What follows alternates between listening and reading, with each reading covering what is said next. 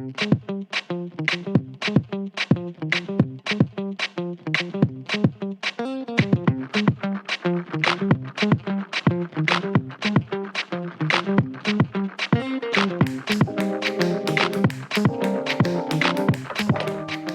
right, we're here again, episode 3 of Monitor Keeping Podcast. I'm Alan Stevens. My co-host Kai is also here, and today we're going to have on a guest. And we just want to thank you guys that are tuning in and listening. Just remember, we are brought to you by the NPR network. So go ahead, if you're not familiar with them, Morelia Python Radio Network. Check out their website. Check out their other podcasts that they're a part of and bringing to you. And please look around those pages, see if there's something else you like. All right. Kai, how you doing? Hey, not too bad.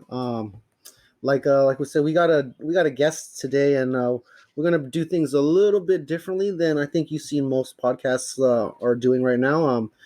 To be honest, a lot of the people are being brought on as just breeders or someone highly experienced with keeping and breeding monitors, but this one we want to attend to the beginners a little bit. So what we're having today is sort of an actual Q&A sessions where we bring on someone that I haven't really known too long, maybe a good month and a half, give or take, and he's just getting into monitors himself, and I believe he's got questions that a lot of people can relate to. Just starting off, and I know a lot of times we talk about some, like detailed stuff that you may not understand, or your process of thinking and what you're doing right now. What we're talking about doesn't even pertain to you, so it might just come going out in one ear and out the other, sort of. Where this stuff may stick to you just because it may be what you're needing an answer to, or just as far as gathering information on what you want to do as far as growing with your monitor and everything like that. So that's what we are trying to bring on today, as far as my friend Cody Allen, and he's just, like I said, just getting into monitors, and he's got some questions that hopefully you guys can all relate to. Cody, you there? Hey, Yes, Cody, sir. are you there? Yes, sir. All Thank right. y'all for letting me be a part of this today, man. Hey, no worries. I appreciate you our for pleasure. coming on at just a short notice, and also being able to just kind of give your all a little bit. Nothing too. I hope it's not nothing too demanding, but Right. yeah, we would really trying to get my camera to work right now, but I don't know if it's going to work. But yeah, everything's just sort of flowing right now. Okay, it's all right.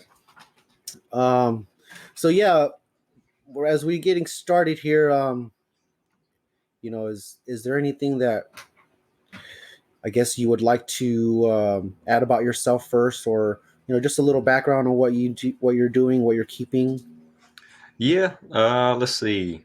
About 6 months ago, I actually do heating and air, and I ran across one of my customers that Kai knows real well out in North Carolina, and had a very impressive reptile collection. At that time, I love dogs, love animals, so I didn't know too much about it. And he had 2 massive Aldabra tortoises, and I thought they were fake at first. I've never seen a tortoise that big, and Yeah. so that immediately got my interest in it. And within, I would say, 3 or 4 weeks, I actually bought at that time a 3.5-year-old Aldabra tortoise, and that kind of got me started in the reptiles. Man, a month and you already had an Aldabra. Yeah, the addiction is real, dude. It is. But he also has, he had a few ball pythons that he don't really mess with. It was more or less a trade. I guess his partake is, breeding reticulated pythons. So after a few months of having my Aldabra, me and the wife talked, and we decided we'd like to get a little bit more, just for a fun hobby in a sense. And so I got a ball python right off the bat from him. I would say 2 months later, I got a female ball python. And then I would say maybe within about the same month from that, the wife wanted one, so she got a bearded dragon. And that same week of getting the bearded dragon, that same guy persuaded me to get a retic. So I got a baby reticulated python. He's a male. And then actually had another ball python come in from Texas. And then within about another month of that, got hooked up with Kai. I always wanted a monitor, and we ended up going with the mangrove monitors. I think they're an awesome species. To be able to not commit to something that's going to get as big as an Asian water monitor, I think that was something that fit me a little bit better. Same here. Same here. Yeah. Yeah. Don't get me wrong. I love Salvatore's, but it's just I couldn't do it. Yeah. I'm already going to have, a retic that his mom was 16 foot long. His dad was 8 foot. So he can be within those ranges, depending on how you feed him. And then, my Aldabra, he can get up to 400 or 500 pounds within about, I would say 30 years or so. Yeah. So I got my hands full. I didn't want to get too big into it, but absolutely too big into it. You jumped right in. Oh yeah. Well, I went ahead and put a cap on it real quick. And, he I absolutely love it, ended man. up sweet. He ended up tapping. He ended up putting the cherry right on top with getting a little mangrove monitor, which is it's not always like to be honest, I don't really recommend mangroves as a first time beginner monitor, but captive breds make a difference since they're a lot easier to have come around and raise up and stuff like that. And I kind of do a little bit of imprinting with them, so I work with them almost like habitually, regularly with feeding and changing, and I even do a little bit of soaking period where they're kind of getting a feel of what's outside and just being played with a little bit. But for the most part, I just kind of keep them simple.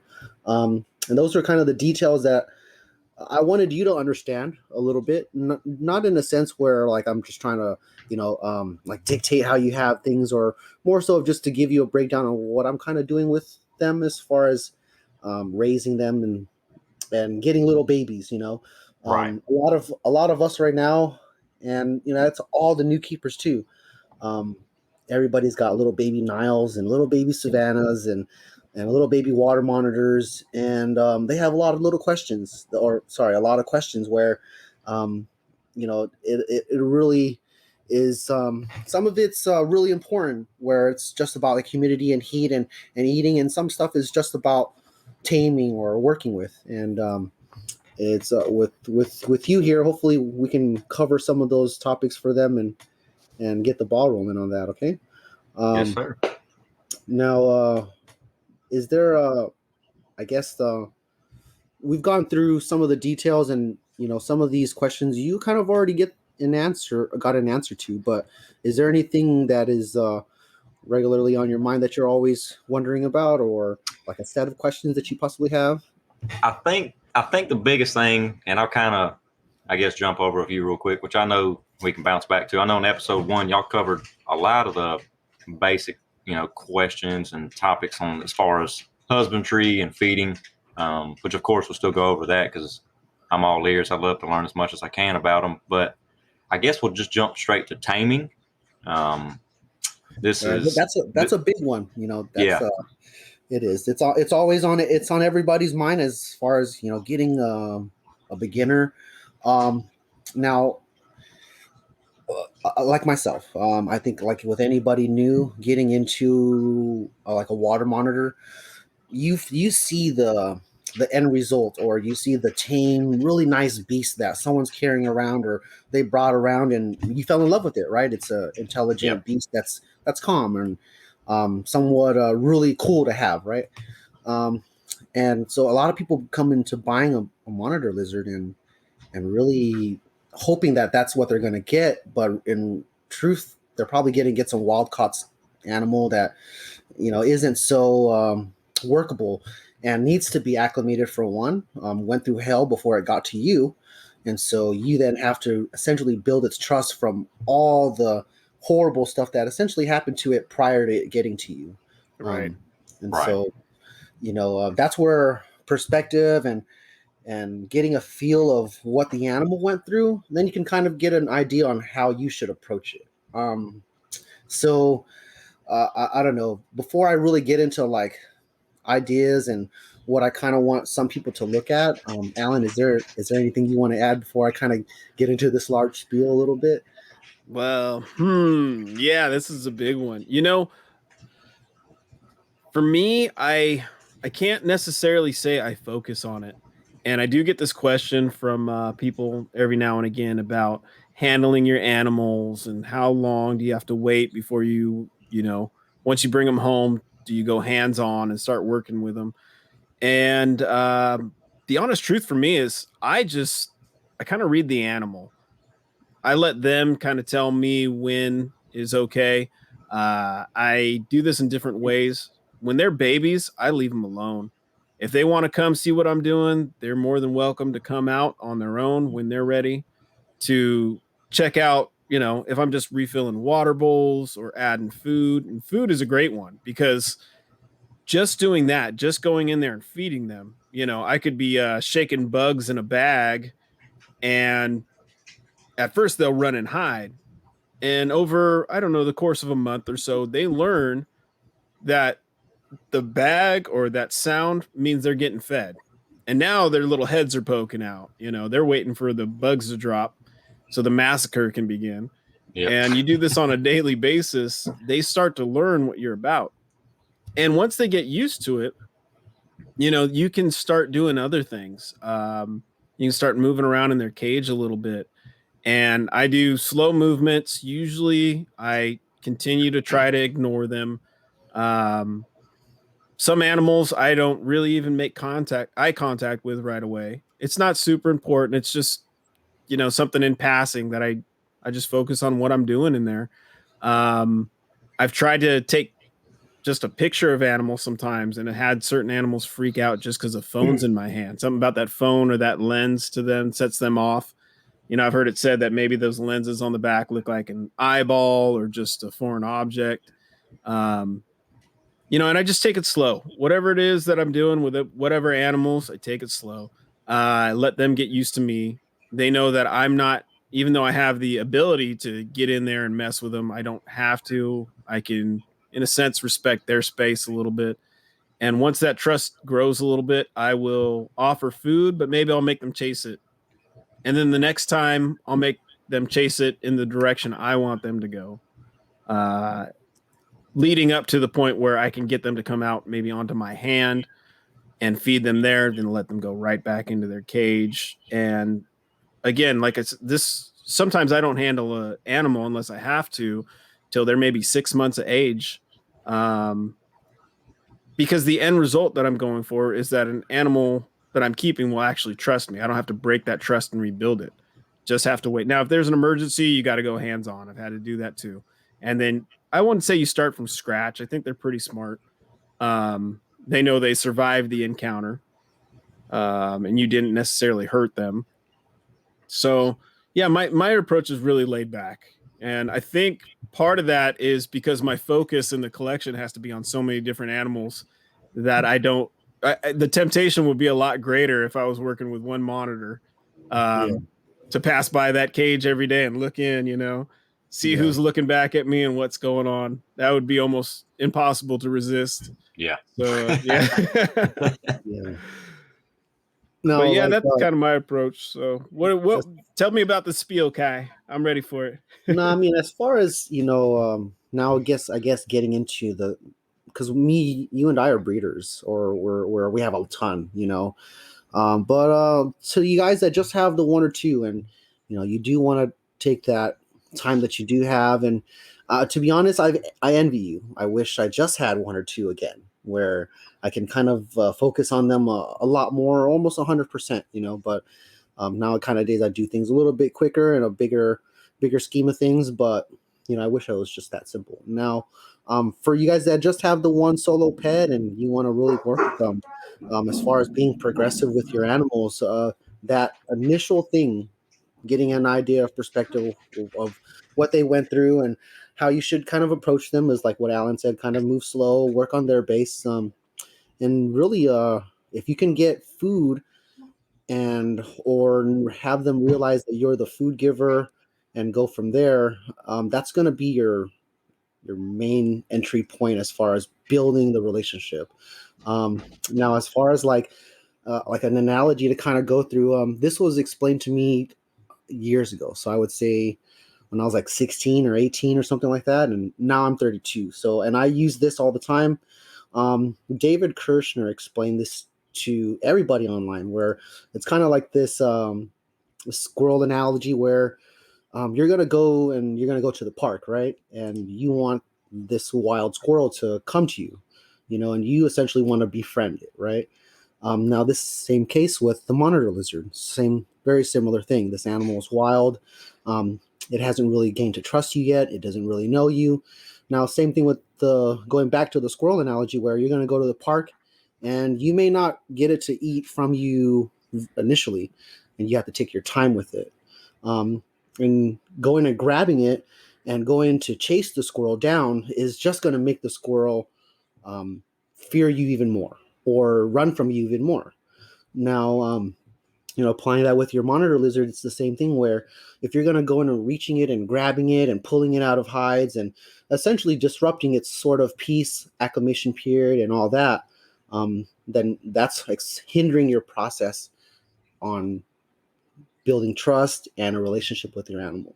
And so, going back to the analogy with the squirrel, if you were to sit there on the bench or just still, and you place food near you, and the squirrel is going to kind of pick that up, it'll smell it, it'll probably come by and eventually pick up a nut here or there, or pick up something.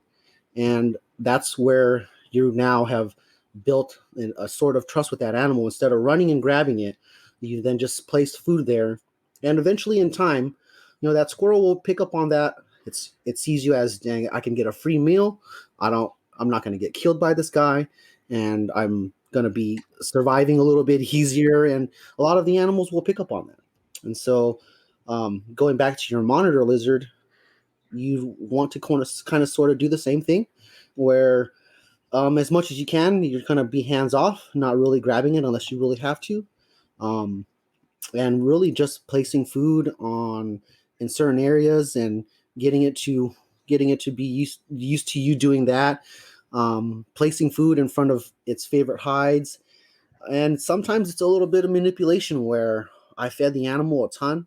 Let's say it doesn't want to take food from you, and you're at a standpoint where nothing is going your way, and even what we're telling you is not working, because this animal has been traumatized by everything. Now, these are monitors, how I can describe them, as frantic, or just extremely abused before they got to you. So the sight of you, they'll defecate, they'll regurgitate their food, they'll just stop eating, or they won't even eat in front of you. And I think a lot of beginners deal with this sometimes, where an animal won't do anything in front of you until you walk out the room and you're Right. peeping from the door, and when you're dealing with this, I hate to use the word manipulating, but that's basically what I'm doing. I don't want to dumb it down, or have it used any other way. But what I'm doing is feeding the animal well, and then starving it for a good week, maybe even 10 days, but a good week is enough. The animal's going to get really, really hungry. And its mental trigger, whenever it sees food again, now that it's really hungry, it'll probably surpass all its fears and lunge out and grab the food. That is your thread number one. So Kevin at Nerd mentions building threads to build a strong rope in your relationship, right? And so that would be thread number one, where it's now just taking food off your tongs. It ate in front of you, sort of, right? And you're now gaining ground, sort of, where it's okay with your presence a little bit. You've now passed the stage of it just freaking out and won't even eat in front of you. So you're sort of gaining ground now. And then, after a little bit of this, some weeks of just trying to tongue feed it like that, you can do the same thing. Get it to a hungry stage, maybe a few days without eating, and try to lure it onto your hand. This would be thread number two, or an added thread to your current rope that you're trying to build with trust, right? That rope, or that whole sense of building good relationship, all relies on every little positive interaction that you actually have with this animal going forth. You can always go back a few steps. Okay, now as you're gaining ground and you go to reach in and grab it, or there's issues and you have to deal with it health wise and you have to double check on it, every time you do that, you set yourself back a couple stages. So if that animal is not going to continually tongue feed from you and you've pushed your bounds, you can essentially take a couple steps back, and it's going to take a little bit more time to train, a little bit more time to work with. And patience is key here. Okay. Time. All great things take time. All great things take some stress and some worry about. But man, if once you get past this, I mean, and it could take a while. It can take weeks. It can take months. Or the kicker is, it can also be never, where an animal is like, it hates you. It'll. I have animals that I have for 7 years, and won't eat in front of me all the time. Maybe once in a blue moon, but for the most part, I leave that animal alone. I've understand that that's the way it is, and it sucks that I have to grab that animal often. So it sets me back every time, all the time, rather than me being patient with it. I do have to pull them apart. I'm breeding them, so I have to touch them or grab them to make sure they're okay. And every time I do that, that sets me back. So even though I'm well trained and I should be able to just work with these animals, they're all individuals as well. So if you want to also take that into account, man, you can apply everything that we're telling you here, but it still may not work because that animal is just the way that animal is going to be. It's never going to come around again. And we have those, and even like till today, I know how I should keep. I should have a bunch of soil, dense humidity, great basking, optimum temperatures, but also some cools as well. But there's times where I have to revert back to kind of like beginner or just simple bare setups, right? Where it's kind of like just a little couple inches of soil, couple hides. And what that did was just bring my animals out more because they were stricken from being able to hide so much. So in return, it's for my convenience, but I am keeping the animal from doing some stuff that it should naturally want to do, which is hide all the time or things like that. And real quick, Kai, to touch on that a little bit, because I know I've had this conversation with you, is because we keep so many animals, sometimes it's easier for us to keep an animal simple, especially a problem animal, so you can check on them when you need to. You can see food disappearing. You can get, in and out with water changes, whatever you need to do in there. But I would also, because another thing we've talked about that we should bring up on the show is there are a few animals. Sometimes it's the species, but there are a few individuals too that you cannot let them go too long without eating. And there are a few individuals that will hide themselves to death, and then they don't necessarily hide and then just die in that hide. The thing is, they will stay hidden for so long that you might scared. Right. You might come up on a natural change just in your season. Something else changes that you're not quite aware of. But let's say the temperature outside, it's springtime, it's getting warmer. The ambients start heating up. Something changes for this animal. And so where it was just operating at a temperature that it could survive in that hole, now because of the added heat, its body's running a little hotter, running a little faster. Unfortunately, it's at the point where it's missed enough meals, enough time's gone by where it can't make up that difference without assistance. So you do want to, that's an extreme. Most animals, you let them get hungry, they're monitors, they're going to come out and eat. But there's a few, I've noticed it with tree monitors, that there's a fine line you gotta give them with the wild caught stuff. So just wanted to touch on that. Yeah, I think it's because they just can't hold so much weight, stored as far as reserves go. So as far as dehydrating, I think it just happens a little bit faster with those guys. Dehydrating, loss of muscle mass and body tone. Not just dehydrating, but that all flows within the same chart as they're losing nutrients and losing water and stuff like that. Is there any more part of taming that you would like us to get into, Cody? I mean, that's pretty much it. Before even getting this, I was recommended from that same guy to use you. He definitely told me, he said, please stay away from wild caught if you can.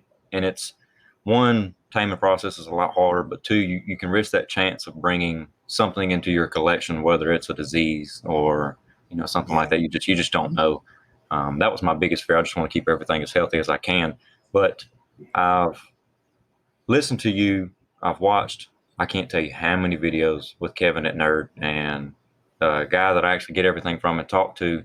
I talk to him on a pretty regularly, basis. He's best friends with Kevin, so he brings baby water monitors home, and they can eat out of his hand, crawl up his hand, which I know mangroves and, well, I mean, I guess all monitors are a little different, but I guess they have a little bit more confidence at a younger age. And that, Kevin's hands on out of the egg with them, and that seems to work for him. Mangroves, from when you watch videos of other monitors at young ages, and then you get a mangrove, they're totally different, man. And I try to do the best that I can with everything that I've learned. And I still, every day when I have free time throughout work or when I get home, watch videos or read on discussion forums. And, obviously if there's any questions, you're probably my first go-to, but I've had to take a little bit more out of the enclosure right when I first got it. Just like you said, you're not necessarily making it vulnerable, but if you give it that chance to hide, it will. And I would say, I don't know if I sent you that picture on the first night, I can't remember if it was the first or second, but it actually tongue fed right off the bat. And I think that's got a little bit to do with it coming from captive bred, and you having your imprint on it as well. That definitely helps. And right then I was like, okay, well, this is totally different than anything else I've got. And I know patience is key when it comes to things like that. I just don't want to overdo it. And I've done things, I guess, very similar to what you're talking about, and then also try to put in things from some of Kevin's videos. I took a old T-shirt from work one day and bought it up there, and I've got a little hammock that it can go to just on the cool side because they love to climb. So I put it on that left side, and I come home and I said, well, where in the hell is it at? I'm sitting here looking around, I can't find it. And I reached my hand in there, changed the water around, and the shirt moves. And I was like, all right, I ain't gonna mess with you. I know you're sleeping in the shirt. And 3 or 4 days later, when it came to feeding, I fed it little pinkies and some small minnows, and it did great. I mean, it's eating out of the tongs fine. I will say that they are extremely intelligent animals. As far as if I'm sitting in there, we've got a dog gate at that door, so the dogs don't come in while I have any animal in my hand, just to prevent. Well, not even necessarily to prevent, but just to keep everybody safe. Not necessarily saying anything's going to happen. But my wife can come in through the doorway, and that mangrove monitor will stop looking at me and stare at her and will not eat. It will not take anything out of tongs. It'll completely lose interest. If anything, it'll go to hide. And she looks at me. She said, well, why does it do that? And I said, from what I've learned, them being in the wild, everything is out to get them. So they're just, extremely intelligent, high alert. And like y'all said, slow movements is the best that I've found with it. I've never reached in just to grab it. I have, since it, I guess, gets used to my scent, I'll put my hand flat in the enclosure, leave it, and actually play on my phone while I'm looking away. I know with that, I'll feel it, which I won't even acknowledge it when it does. I'll feel it come up to me, and you can feel the tongue flicks on my hand. And I'm trying to avoid getting bitten, but I'm giving it that confidence as, if you're going to do it, you're going to do it. But I feel like you're not, so hopefully you won't. Hopefully I fed you so you're staying full. And one day I was doing that, and I was just scrolling through my phone, and I was looking down, and I felt it crawl on my hand, and I slowly turned my head and looked at it, picked my hand up, and it was just, like you said, it's just one thread at a time, and it kind of started to get used to me. But that's maybe once a week. I really try to keep it to a minimum. I did put it for a soak the other day because it's in shed right now, and going in there right off the bat, it's a little skittish. You put it in a tub, obviously it swims around, and I just keep my hand in the tub, and it'll come up to you every now and then, hang on your hand, and then just kind of go off and swim. So I know every animal's different. And even if I was to get another one from you, it could be totally opposite. Like you said, it could have its own personality where it's like, I don't want nothing to do with you. I don't want to eat in the same room with you. Because if I am feeding and my wife or a dog walks by the doorway that is like 15 feet behind me, it completely stops. It wants nothing to do with me at that moment. Right. And it'll within time, right? So most monitors, they have this kind of phase. and it's just like a lot of new baby stuff or anything like that. They're just kind of shy to the world, right? Yeah. But give yourself several months or maybe that first year, 2 years on some species, let them gain some size, and they'll know that they've gained some size. They basically become much more bolder. Yeah. Some start right off the bat, and they start, running up your arm for food, no problem, and they're really easy to work with. But some Which I will say, that's intimidating because they're fast, man. yeah, And I'm like, they're please don't run off and jump because you can be hard to catch. right. And I got mine. So mine are just like the Velociraptor, sort of, right? Where Yeah. Yeah. once the tong is in session and he sees the bucket or the clear cup full of food, it's basically on, right? Yep. And man, I actually got to dodge and make sure I tuck my pinkies every single time I close cages, and Yep. I'm not really getting. Yeah, I was bit not too long ago, maybe like 2 months ago, and man, I bled everywhere. But yeah, now as far as like other aspects as to the taming goes, did you happen to have any other things you wanted to add on or questions that you had pertaining to like other taming tips and things like that before we move on to the next question? I mean, I think that's, pretty much about it. I know, like I said before, not only is every animal completely different as far as personality, I have snakes with different personalities. And they're all kept the same just about other than the retic.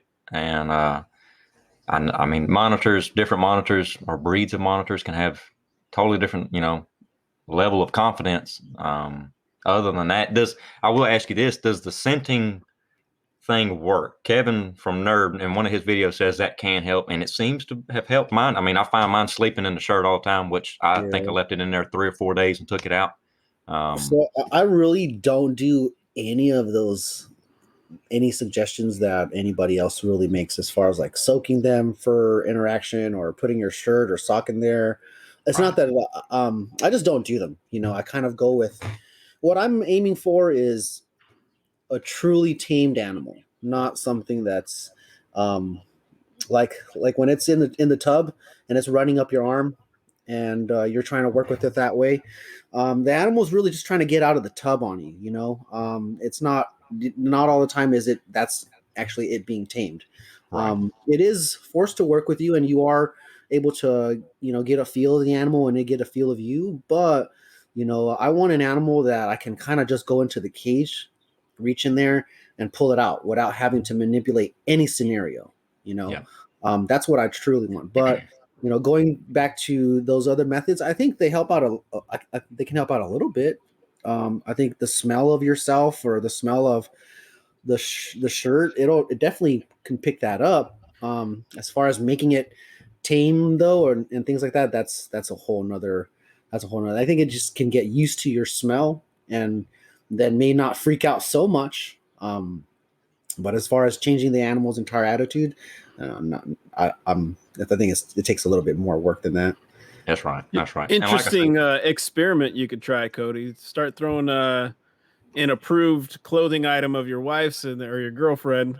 You say, I don't remember if it was a fiance. Take something of hers that she's not going to miss and throw it in there and see if your animal starts coming around a little bit. She said that. She said, "You want to throw something of mine in there?" And I said, "Do you want to ever handle it?" She said, "As fast as that thing is right now, probably not." It only gets bigger, so yeah. And she's slowly coming around. I mean, she used to shy away from the retic just because, you get a ball python, which, not trying to get off topic too much, you get a ball python, they're kind of a pet rock. They got a little bit of personality, not much. You get a retic, they're similar to monitors as far as the intelligence. They watch you. If mine is out in the tank and you walk around, it watches you walk around. And you can see its eyes moving, and they used to intimidate her. And working with it slowly but surely, which I've never had a problem with it since I've got it.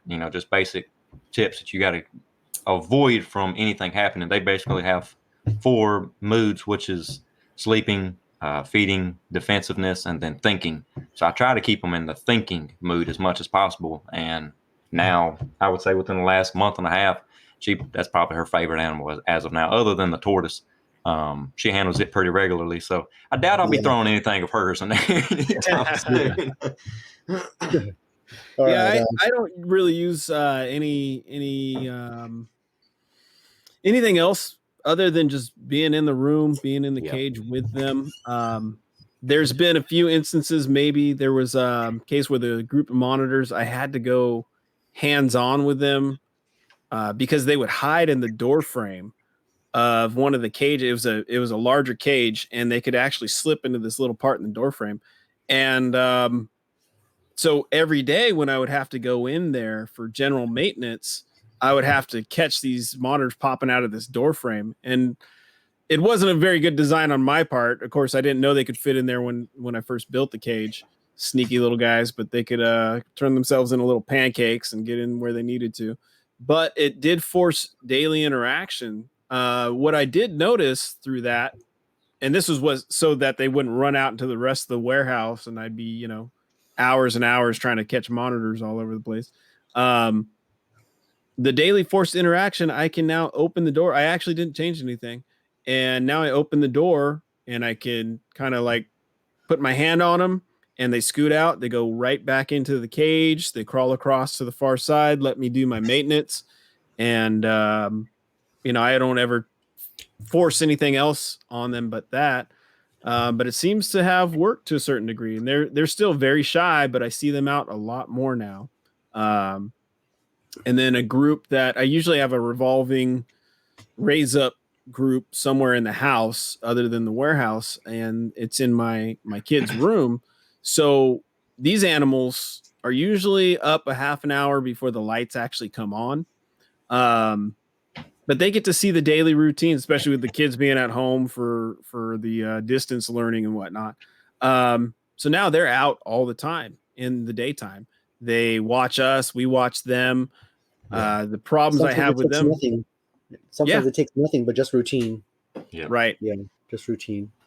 And they know when food's coming. They'll be sitting at the front waiting for it. I got to watch them sometimes when we open the door because they will come flying out, and they're on a dresser. So there's about a 3 foot drop.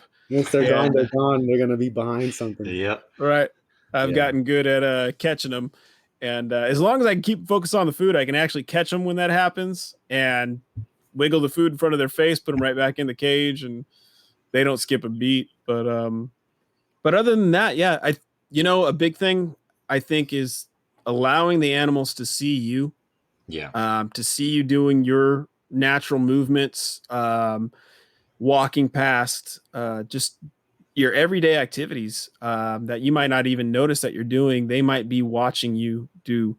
Yeah. Um, They don't even have to watch you. You can they'll just feel the vibration. right, It's like you're leaving, right? And they'll know, like, all right, that door is closed. It made a vibration on that part of the house. I mean, they're that in tune to everything going on, even if you don't really think about it, right? They're probably sleeping or they're just it's lights out, right? right, Um, they're in tune to that. Mine are anyways. It's like I'll leave the house and I'll close the main door. That makes a certain type of noise and vibration, and then I'll forget something, right? And I'll come back to the house, and all of them would be out because they know. They know that That's they know that crazy. yeah. And so I'll run back. I'm like, hey, you guys were just not all out 20 minutes ago when I was home. So yeah, man, absolutely true. it's a little bit of everything. I don't get me wrong, like those methods, I think they help out a little bit, but in some cases, an animal can show you that it's calm, right? And it's more so of a lot of lizards play dead, so they're more so of fear stricken, and it's not really moving a ton. So that can be a misread too. You don't want an animal that's like got its head down and it's Right, essentially either breathing all hard and hissing at you, or it's actually not at all, and it's kind of now playing dead. And you don't really want that either. You want an animal that's what you would say confident in being out. So it's got its head up, it's tongue flicking, it's coming out and about. And when you do go to release it onto the floor, it hangs out rather than ducking away and going to the nearest hideaway. And that's where you get really, your true tamed animal. You're truly what it is um it's not controlled and manipulated anyway. And I will say it's cool that y'all touched base as far as the routines. I really didn't even think about that until now. I would say the first week of having the mangrove, I would walk into the room and it might be on the elevated hide, on the basking side, and you could see it just like I guess a lizard out in the wild. It would move to the side of the log where you couldn't see it, but it Couldn't could see see it. you. Yeah, And I would just pick it up my eye, but I knew not to just. I think one of the things I picked up on is just eye contact. Try to avoid it if possible. That can either scare them or yeah, it's intimidate them. basically a One of the dominance two. thing. Yep. And Yeah, they see it as a that's dominance thing. where obviously all the animals are in one room. The tortoise was in there during the winter months. He's finally outside now, but my dogs are in there too. We have 3 pits and a Great Dane, so they're all in kennels in there. And within I would say 2 weeks, going in there and letting the dogs out first time, right when you get home, and then just doing quick checkups on snakes. You don't have to be in a snake tank every single day. You can kind of see what you need to do as far as spot cleaning or water. Right. For the most part, it's just feed like once a week with them, and it got comfortable. It just started realizing, okay, well, I guess he's not Yeah. going to do anything to me, and he would just stay on the log.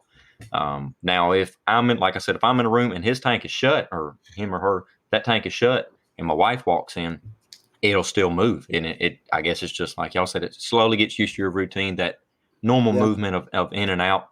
One thing I do want to ask you too, can you relate to them as far as snakes is, and I guess a demeanor to when, if they're either on you or if you have the tank open and they're walking around, staying, I really don't know how the best way to put this, as far as just, I guess, a comfortable position, long tongue flicks. Because I know I can relate to snakes. If you're holding a snake and you just get the smallest little tongue flick and it's just looking at you, and whether it's breathing big or not, it's Yeah. paranoid. It's extremely paranoid. But Yeah. if So it's the moving monitor on you with long tongue flicks, it's comfortable. Is that kind of the same with them? a little bit, right? I guess some behaviors that are bad, right? Yeah. Behaviors that are bad are obviously huffing and puffing, and the tail whacking and lunging. All that stuff is bad, right? But the slight subtle tongue flicks, or not even that one. It's the one where they hold the two very tips right at the very entrance of the mouth. Mhm. That's a bad one. Okay, Yeah. that's basically very scared, probably ready to attack you, and or both. And essentially, you want to read your next steps from there. You don't want to lunge in, or you don't want to reach in when it's currently doing that sense of tongue flicking, and it's not even tongue flicking at all. Where it's literally holding it at the very tip of its mouth. Yeah. And then the positive ones are the ones that you're seeing on Nerd or anything like that, where it's the long tongue flicks, the sensible ones where they're trying to read up information, they're picking up as much as they can, and it's the long, thoughtful, like you can see that they're tasting everything. Those are the good ones. But yeah, Yeah. a little bit in a sense. I couldn't say because I don't have never kept retics that long. Right. Yeah, so Right. Oh man, I do have a pair of retics. They do watch you. I can go into half the other snakes cages that I have, the carpet pythons. Half the time I'm waking them up, unless they smelled food prior to. Yep. I could touch them on the back and then they're, oh, somebody else is in here. But with the retics, you can see that little pupil in their eyeball Yeah. moving around and watching you, and you can see how they breathe, like you said. You can see the posture they take, what their tongue is doing, and you're right. They are very intelligent. And I think, while not the same as monitors, you still can get a grasp of what an animal's feeling. If you spend enough time working with it and you're trying to be perceptive, you can tune in to kind of how they're feeling. If it's a relaxed posture that they're taking, or if they feel threatened or frightened, and whether or not they're going to try to defend themselves as opposed to run away. A lot of Yeah. times with monitors, if they're facing kind of curved or in the opposite direction, they're going to want to run away as well. If you got them cornered and there's nowhere else for them to go, they might curve towards you, where not only can they get to you one way and bite you if they need to, but they can also give you a nice flick. So yeah, just those things you have to be aware of. And now That being said, I have one old blind Timor monitor that his first reaction is to bite and grab first. Then he has to figure out you're not food. But I give him a pass because, you know, you can look in his eyes and you see he can't see you. So, Yeah. No, I think that pretty much covers any question I had as far as taming, which I'm sure, you know, over the time, there's other things that will present themselves that I might have questions on. But Yeah, no worries, man. I think the biggest thing is just patience. Allow it to build its confidence, get used to your routine. Right. And it whatever just, you thought that monitor lizard was possibly going to be when you first got it, throw that out the window. oh, yeah, no, it's totally opposite. Yeah. All right. it will come though. It will come with time. Oh, You yeah. working with it. Yeah. All right, man. Next question that you happen to have. Let's see. Try not to talk too much about stuff that I know y'all covered in episode 1. And I guess we talked a little bit as far as the enclosure setup. Try to keep it simple with, you know, not necessarily hatchlings, but younger monitors right off the bat. I'll go to you too, because I think I picked this up on episode 1 as far as the substrate. I know every monitor is different as far as enclosure. I know your mangroves are, I would say, almost all the same. Obviously, I can't see your collection, but I think I picked out on something to where y'all were like, you know, whatever is obviously best for the animal, but best for you based off your location. Because I don't have, you know, the sources that y'all might have in California. We're on totally opposite coasts, and I've tried to get mine as similar as I can to you. Now, the small changes that have done to it, because I use cypress mulch for just about anything, and you can just buy that, which is just organic mulch, and it has no stain. You can get that at Home Depot or Lowe's. And I also got a few bags of sand. So I know you said you like the sand and dirt mixture. I added that in there with a little bit of cypress mulch on top and then some leaves. I heard you say that if you have leaves in there, that helps hold the humidity down, not on your cool side, but your hot side. Keep your cool side as dry as possible. Is there anything that I could change on that, or is it to where right now, no. So, like I kind of mentioned before, babies are kept different. My juveniles are kept a little bit different, and my adults are kept different. And even babies, like hatchlings, and 2 months old, are kept a little bit different. So, for me, when I hatch them out, they sit on paper towel for a little while. They kind of dry up. I control the humidity, and when they're babies, they're kind of easy to maintain. You know, just because they're so small, you just have to keep a little pocket humid for them, for the mangroves, anyways. So initially they're on paper towel, and then I move them onto like a sandy soil, and it's not very much. It's just to add the humidity. They've gotten a little bit bigger, and I want to introduce them to soil already. So, you know, there's those stages there, and then when you get to like the bigger animals, once they're a year old, I find that sexual maturity is right around the corner. I don't really want to be too late on introducing a nest bin to a female, and it also gives them multiple reasons. But like later on, when you're dealing with a larger animal, it's not as easy to just squirt a little corner, and that's where your humid hide's going to be anymore, because the animal's gotten so big that that's just a little pocket now. It's not really enough. So when the animal's like 2 feet, you're using soil, like deep amounts of soil, whether it's several inches or you have bins full of dirt. And I always really recommend this for the females, especially just because even if you don't want to breed, she's going to go through her normal biology anyways, and she'll lay. And so you want to also make sure that the female is essentially learning how to utilize this before it's too late, before she is egg bound or going through the process and she doesn't really have anything that's supporting her, which is the nest bin and or deep soil.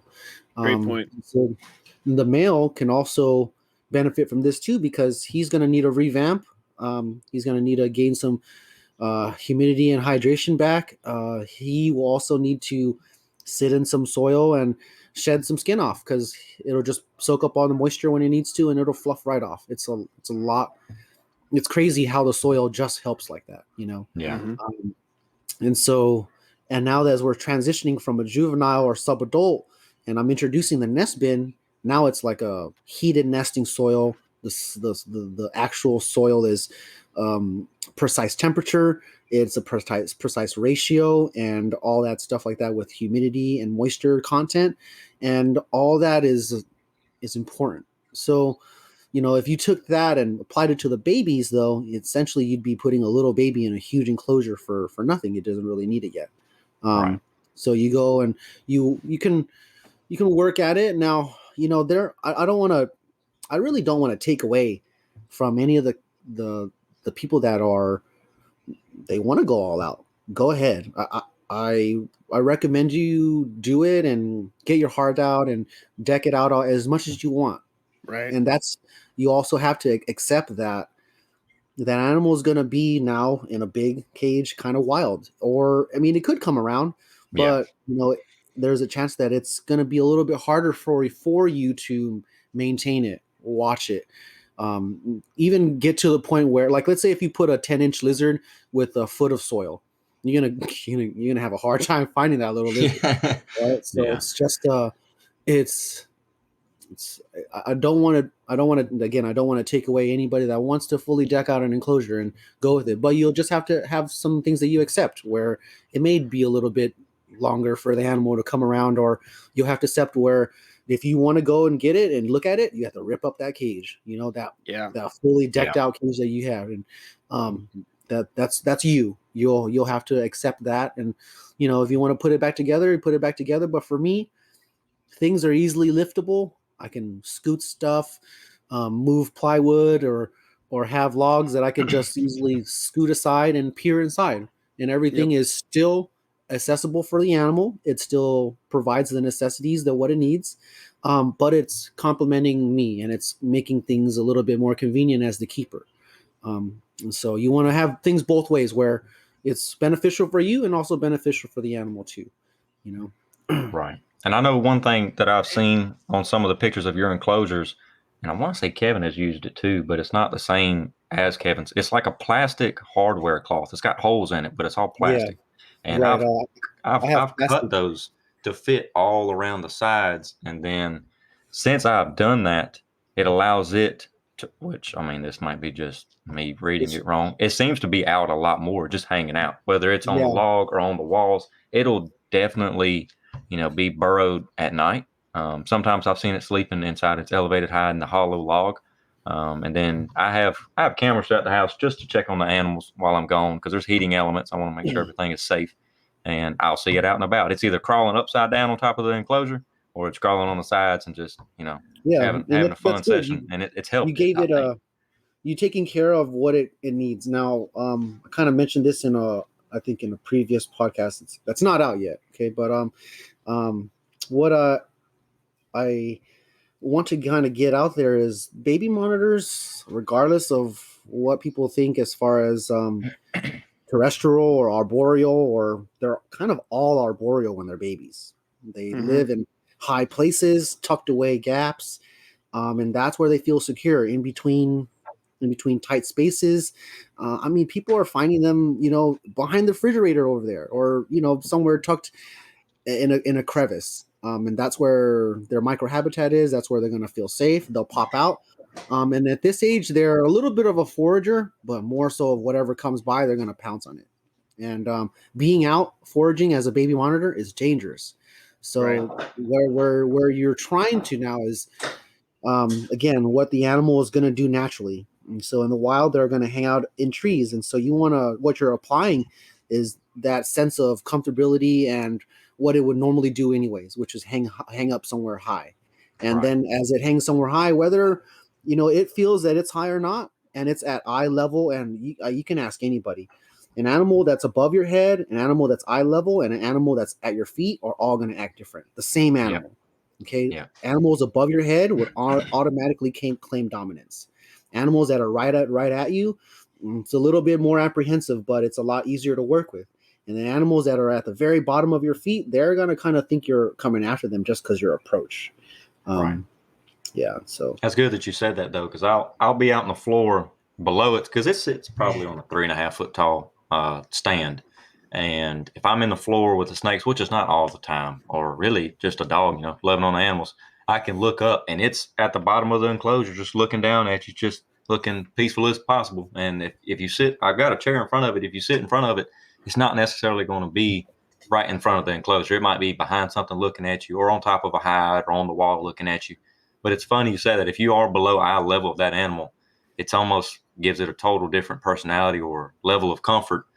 Yeah. Where I guess it knows you're not a threat. I'm above you. You can't do nothing to me, which could kind of go both ways. But it does seem to be out a little bit more. If I look up, which, like I said, I try not to peer at it too much, which, like Alan said, it's extremely hard to do when you have just one. you want to look at them all the time, but I just try to use my peripheral, I guess, as much as possible. Yeah. When you're looking at them, they know that you got them, or they know that they've been got, Yeah. Right. But if you it's like you don't look at them at all, and they'll kind of still hang until they see that you're actually paying attention to them. So it's really weird. It's like, and then me passing by doing everything in the cage, they'll sit out for 10 minutes, but once I take a peer at them, they're gone.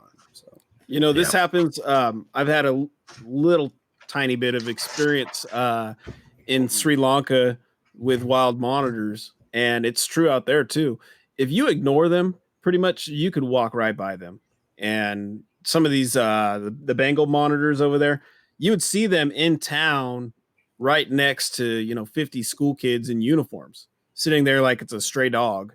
And then of course I see that animal, it could see me across 4 lanes of road, all these cars, people walking, those little tuk-tuks driving around, and I'm keyed into this Bengal monitor. I must be putting out something, but it take one look at me and start heading the other way, not running, but just start turning around, looking over its shoulder, tongue flicking, walking the other way because it knows I'm onto it. And I thought that was hilarious, Yeah.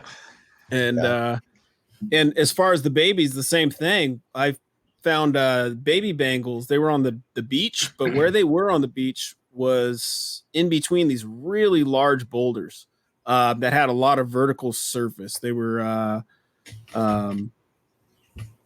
almost like big squares out there for the most part, but they could easily just run off the other side. I would try to get a different angle to see them, and sure enough, they're on a vertical angle where the sun is hitting them, where they can bask, and they don't really have to worry about too much coming in from up above them, because you don't have a good angle to just reach over and grab one of these baby monitors, and they can dart under this boulder, they can run across the ground to the next one. So yeah, they do use those vertical surfaces a lot. I think it's a survival technique. Yeah, it is. All right. Was there any more of that question that you happen to have, Cody, or No, would you like to move on to the next one? Y'all pretty much covered it, man. We can go ahead and go to the next one. All right. Now, as far as your, I don't really want to say spotlights, but your basking lights. I ain't gonna lie, you scared to death of me when you sent me that picture. Yeah. Somebody had burned the skin on it, and because it's not like the only thing that I have to relate to that, other than just basic research, is my wife's bearded dragon. It's underneath like 125-degree basking spot on a basking bulb, and loves it. Has no effect on it, but the skin is thicker than the mangroves. Right. And when I first got the setup, I think talking to you, I want to say it took me like a week, maybe a week and a half. Now, this isn't, 12 hours a day. This is an hour here and there, checking on it, letting it acclimate, just trying to get everything keyed in for the animal before it got here. And it took me a while to get the temperature of the basking spot where it needed to be, based off of what you said and what I was reading. And I think I even still are a little bit out of my comfort zone, getting the log high enough to where it keeps 115, but no hotter than 120 on the surface temperature of that log. And I want to say it was you can correct me if I'm wrong. I know I sent you that picture. I think it was the BR30 floodlight, and then it's got a low wattage, I want to say a 45 or a 50 watt black light spot and bulb. Next to it, right? Yep, next to it in a dual dome. But that is the spot. The black light is like on a lower, or it's further off the hide, because the hides go down to a peak like a tree branch. So it's in the peak of a tree branch where the floodlight is at the raised part of it. Yeah. And it's on a timer. All right. So here's what I was kind of trying to explain to you. So the reason why I mean, I guess for anybody else that's either got young monitors or they're getting into thin-skinned monitors. Okay. Yeah. Now this can happen with many monitors. I've seen it happen with Niles. I've seen it happen with Savannahs.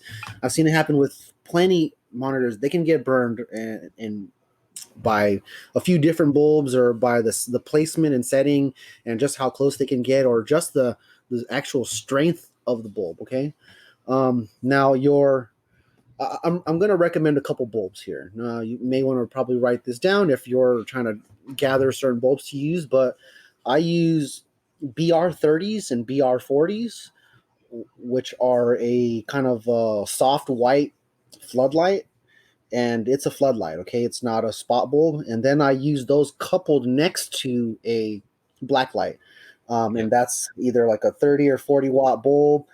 Now, my floodlight is doing the main spiel here as far as heating the cage up a little bit, and then it's basically not making it blistering hot. The animal can get close to the bulb. It can even touch the bulb without burning.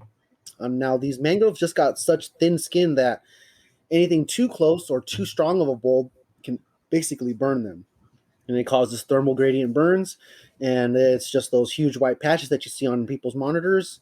And really, what I'm trying to get people to understand is even the monitors that are very small and the one single bulb should kind of cover them.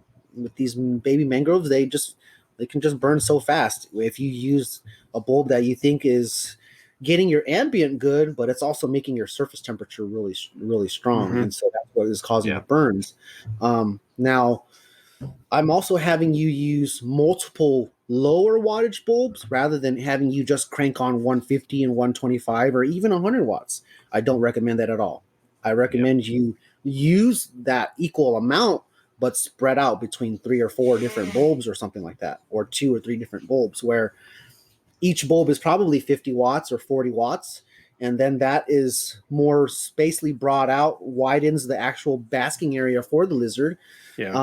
And so it basically heats them up a little bit better, much more thoroughly, and it gives a better gradient. Now, if you were to, let's say, use that all in one bulb, that's what's going to create your burns. And now there's a few different things that I want to point out on the bulbs that you're going to also need to look out for, which is the lumens. Okay. I've been kind of working with some different bulbs, and I've go through so many different floodlights throughout the years and finding which ones that work and which ones that don't work. For my mangroves, anywhere from 350 to about 600 lumens is the distance and strength of bulb that I want to use. And that's about 6 inches away to about a foot away. Now, anything that's 300 lumens, 400 lumens, and that's the BR30s, those are about 6 inches away from the actual basking area. Now, they're for short cages. They also don't cause burns no matter how far away from the bulb they are. They can be 3 inches away, still not causing any burns. That's how good they work as far as a soft white floodlight. Okay. Now my stronger floodlights, where they're the harder solid bulb that you get, where the bulbs are made of hard glass. These are 550 and 650 lumens, and they can still be all 45 watt bulbs, but the lumens is what I'm paying attention to. And the distance between this is 10 inches, 12 inches, 14 inches for my 120, 130 gradient still. Okay. Now, if I were to use those same wattage bulbs, but the lumens at the very bottom where I read it on the bulb and it said 1500 or 2000, 2300 lumens or something like that, the distance between that needs to be at least 2 feet, something like that, where that's because the bulb strength and the actual force of the beam and everything like that is incredibly strong. So not only is it spacing the bulbs out using lower wattage bulbs, but also using the right lumens. Okay. And now this has been helping me out with a few different things. It prevents burns. My cages aren't as blistering hot. And these mangroves, they're jungle animals, sort of. Okay. So it's dense vegetation where they're at. Even though the sun is helping create the humidity, it's still somewhat of a jungle mist cool. It's not exactly hot, blistering like Australia's open land. Those animals Yeah. can just handle it a lot better. And so that's also what I'm trying to create as far as an atmosphere goes. Your entire enclosure is still going to be only just about 80s, something like that. But that little gap, that little area for basking is 100 degrees, 105. Right. And then your surface temperatures are 115, 125, 130. I really don't recommend anything much more than 130 for mangroves unless the cage was extremely big and you had your things hooked up well. But 125 is good for me. That's what I use here. Even on the adults and the babies. No, the babies might start off at 110, 105 for a little bit, but I eventually get them up to 120, 130 as well. And so as far as usage of bulbs, like the type of brand, I get floodlights, Philips or General Electric.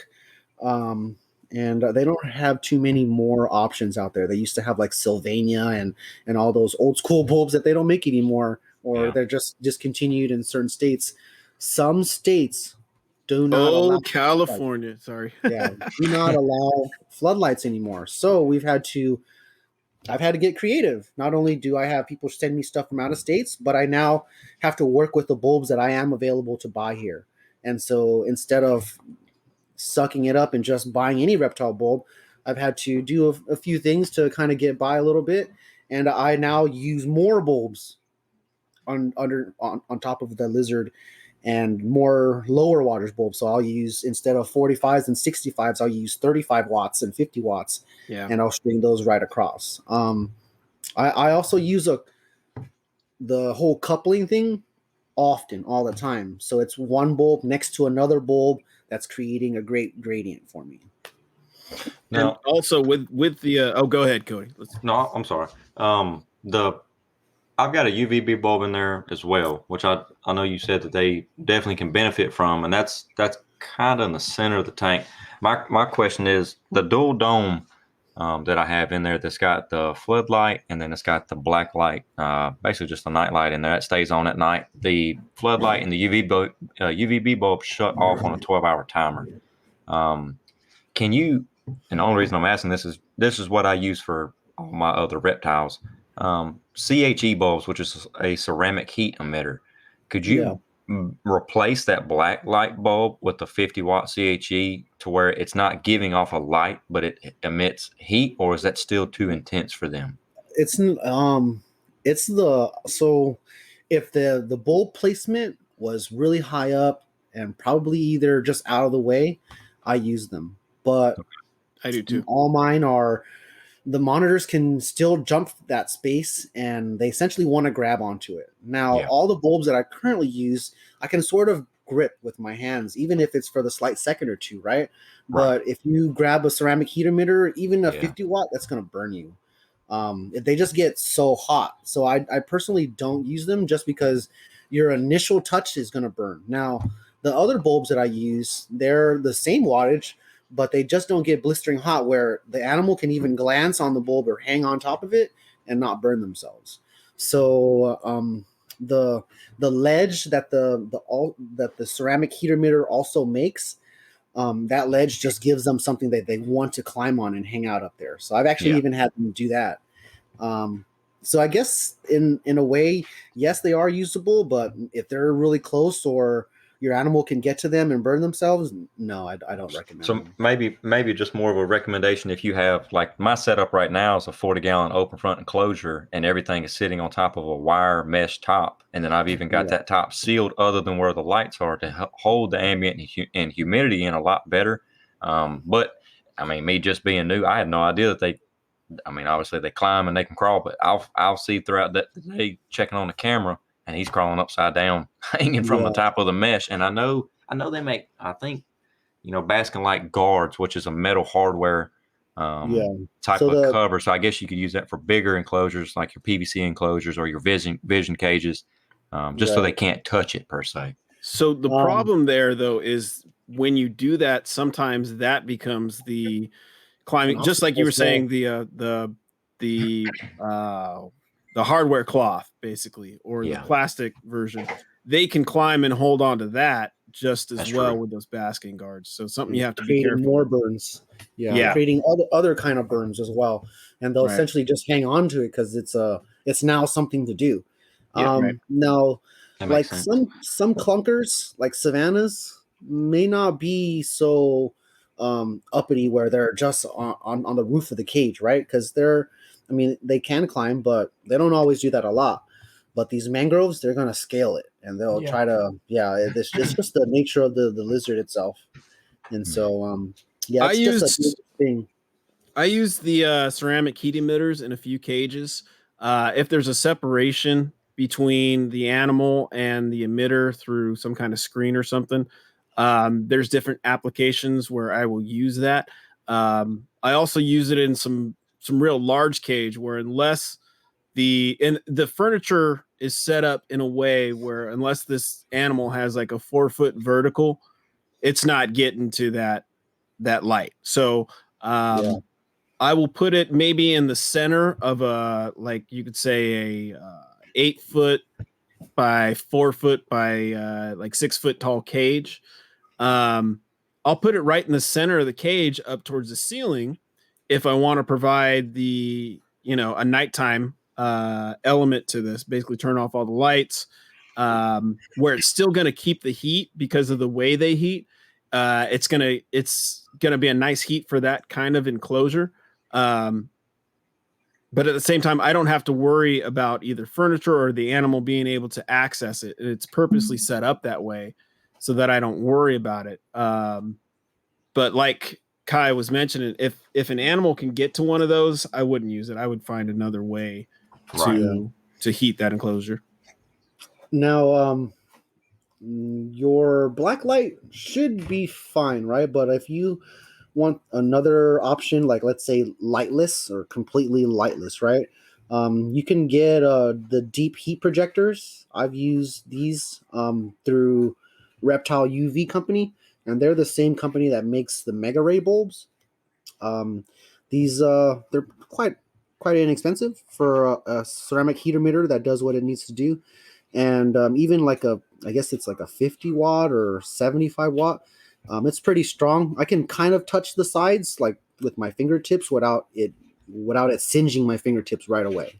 So, um, it's not too bad. But if it's protected some way, you should be okay. Now, that same thing though, if you have some kind of crazy heat just directed so hot, you want to make sure that the distance between the animal, the basking spot, and everything is quite a distance away. Okay, at least a foot or something along those lines, maybe even more, because they just crank out so much heat. Right. Yeah.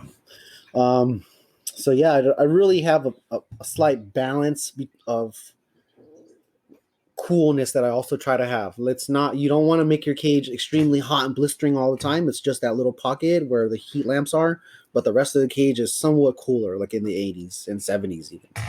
Right. Yeah, I think right now, with where I had the temperature probe at, as far as just the ambient temperature, it's on the back right of the hot side. I guess that'd be the best way to say that. And it's around 88 to 92, depending on the time of day.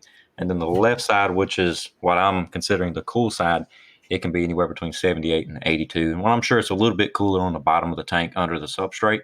And is Yeah. that, as far as, temperatures, is that okay? Yeah, those Yeah. are good. Maybe even down to the low 70s at that point. Because let's say if your cage got really hot on the one end, it has a little bit of chance to escape where it's quite a bit cooler.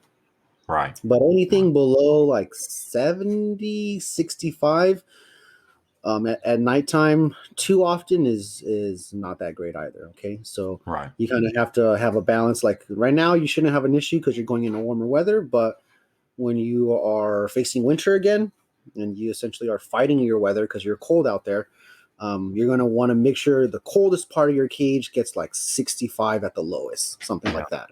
And I think that can definitely affect somebody that might have just one animal, because it kind of, I'm not going to say it's beneficial to me, but having all my reptiles in one room, all the heat emitters keeps that ambient temperature of that room almost 80 degrees night and day.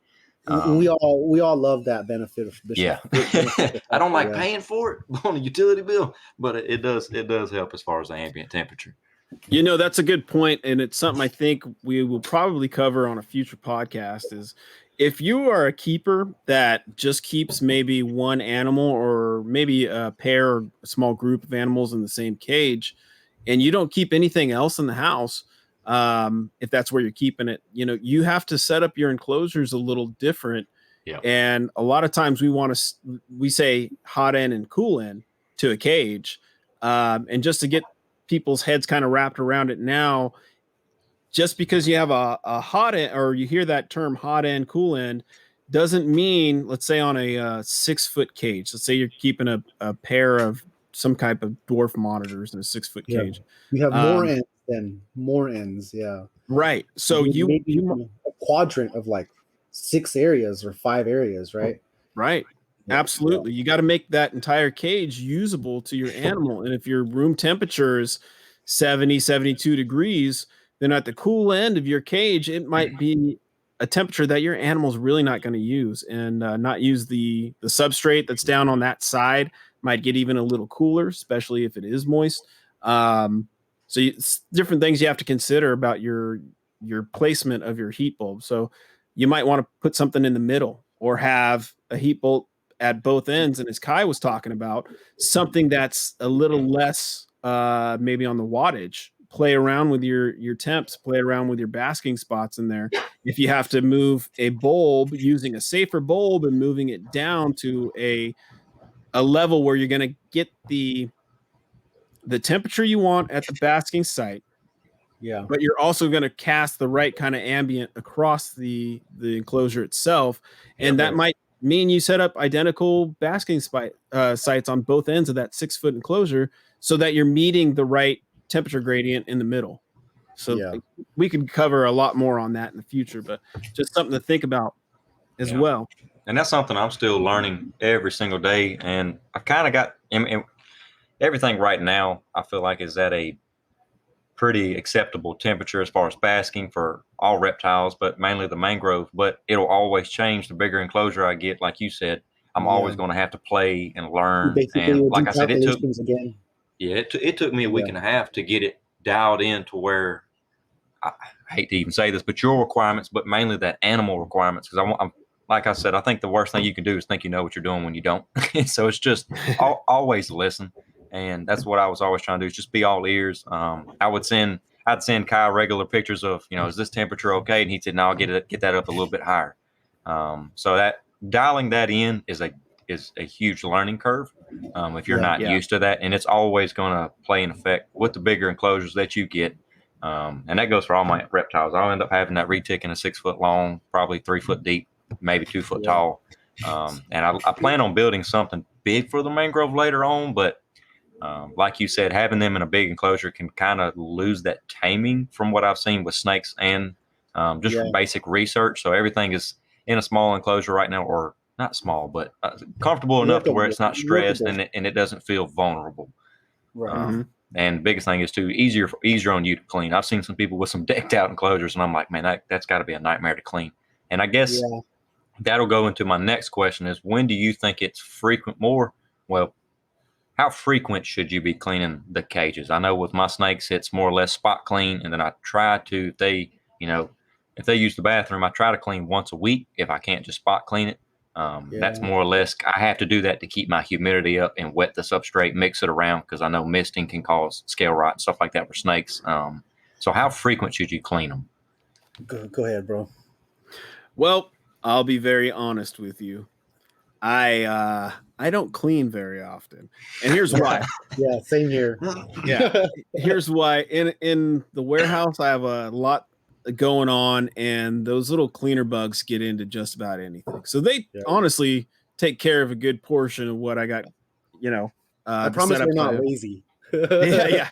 No, they're just already breaking it down. A lot of times, in a lot of the animals that I keep, the surface temperature is pretty warm for a lot of the Australian stuff. So that fecal matter, whatnot, breaks down pretty easily, and they're running around the surface. They might basically get rid of it, before I even notice it's there. Now, real quick, for somebody that doesn't know, what are you talking about as far as the the insects that are doing that. I've seen Kai like put pictures up of them, but Yeah. where do you get them? How do they form? Where does that come from? Oh, it's Sure. a love Bioactive hate. stuff. Yeah. Yeah, yeah, Yeah. I I'd like mean, to say it was bioactive. It's more the buffalo beetles that you get with like yeah, shipments of bugs. yeah. And yeah, right.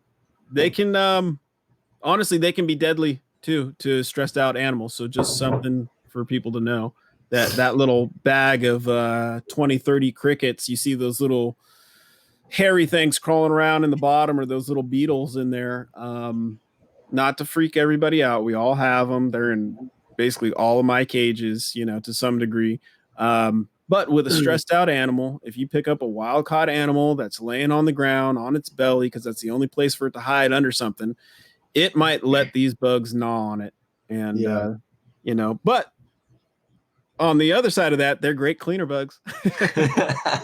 There's a love and hate. So, I Yeah. mean, I guess getting into more of like if you were to do other styles of keeping right now, going back to what Alan was saying, doing the bioactive and naturalistic enclosure, um, when you use deep amounts of soil and it has substantial amount of moisture in it and it has the leaf litter, okay, they'll crap on the leaf litter and they crap in the water dish, so that kind of takes care of that part. You just pick up the leaves and throw stuff out, right? As far as like whole deep clean, I don't really do that at all because that soil it's turned itself and then it becomes more, I would say, like a natural setting, and it's really just been decomposing and it's a rich soil essentially. So Yeah. I don't really want to throw it away. And I have pill bugs and those roly polies, and I have even expensive isopods that are in there kind of doing work. And these are just fancy roly polies that you're just throwing in your enclosure, and they're helping out breaking down a fair amount of the poop and even the leftover food that might get around, just things like that. And so that's turning, right? I'll rotate it myself. I'll go in there and I'll dig it up and I'll turn it all around, make sure the moisture depth is good and all that stuff like that. And I don't really toss it or clean anything. I just do major spot cleaning. Now, if it was an enclosure where the bedding was very low, and I do have those clay cages, the bedding is very low, and they kind of crap everywhere, and within a few weeks or even a few days, it's kind of bad. Then I change those out more often because nothing is really breaking it down. The low amounts of bedding isn't allowing the bioactive bugs to be substantial enough to actually eat the poop fast enough. Yeah, And so that's where I'm the at right cage is now. dry. Yeah, the cage is dry. So if you have a little moist pocket in your enclosure, which is the hot side, and then you can put fragments of cork and little fragments of even plywood pieces, right? I'm talking like little tiny blocks and sheets. And these are microbial hotspots where you're going to spray this area, spray around it, and your isopods will go there. They'll just hang out there. And that's where they're going to kind of stay and congregate and probably breed and eat and do some other stuff. And they travel to the outworld where that's the rest of your enclosure. And they're going to basically, eat and break down stuff if they need to. Your leaf litter, hopefully in 6 months or 4 months, will just be dirt. It's just dust then. And you have to add more leaf litter, But if you're not, and you're doing paper towel or thin amounts of bedding and stuff like that, you want to change quite regularly because then that leads to like a festering poop at the bottom and it's just nasty. And, so for me, it gets broken down when I use it in the bioactive sense, but in a kind of like a beginner or just someone that's just keeping low amounts of bedding, you want to do it more often. Yeah. Kai, how long have I owned this mangrove? Do you remember the I don't know, exact like 3 date I weeks. got it from you? Yeah, I It's would been say like almost 2 right at a weeks. month almost. Yeah. I've cleaned the enclosure once, and thankfully Yeah. I have my wife here to help. I actually took the monitor out, and I said, "Well, this is probably a good time for it to soak." And I stayed in the bathroom with it while it was soaking in the tub, essentially. And she cleaned the enclosure for me, and I asked her to do certain things a certain way, and that way it's, I guess, as a young mangrove, they are very frantic.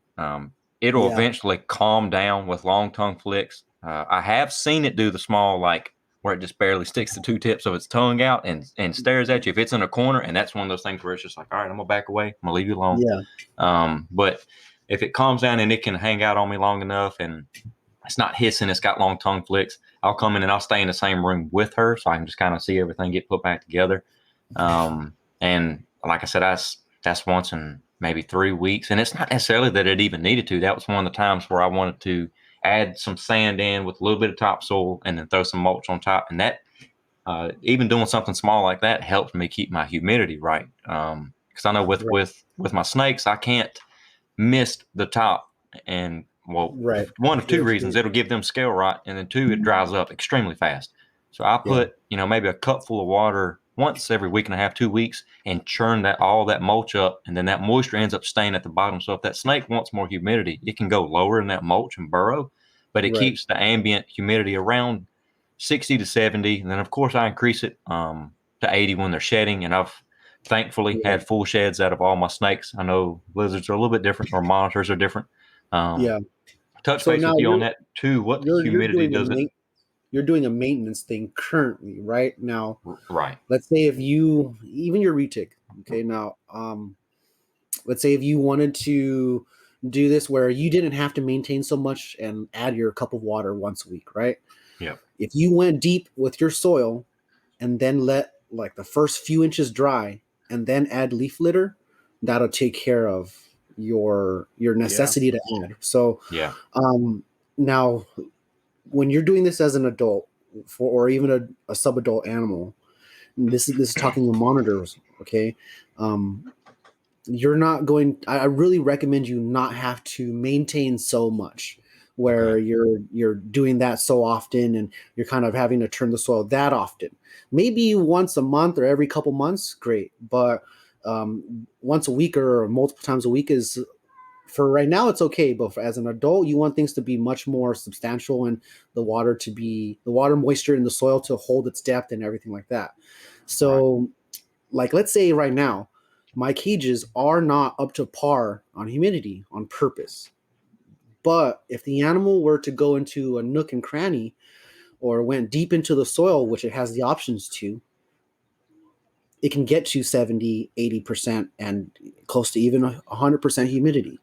And that's the option and optimum options is basically you're allowing the animal to still have this option to go to, but the rest of the enclosure isn't. So that'll still hold the soil and then be that area for that animal to retreat to, even if the rest of the cage is only 50% humidity. Okay. That gap that area went. So now when you're getting into building your cage as an adult for the animal, you'll need to, like I was telling him earlier, some people only see left and right, which is the hot side and the cold side. But now you have to actually think about the temperatures below the soil as well. Right. And those gradients as well. And so, those things are all come into play. It helps your animal save its life if the cage were to overheat.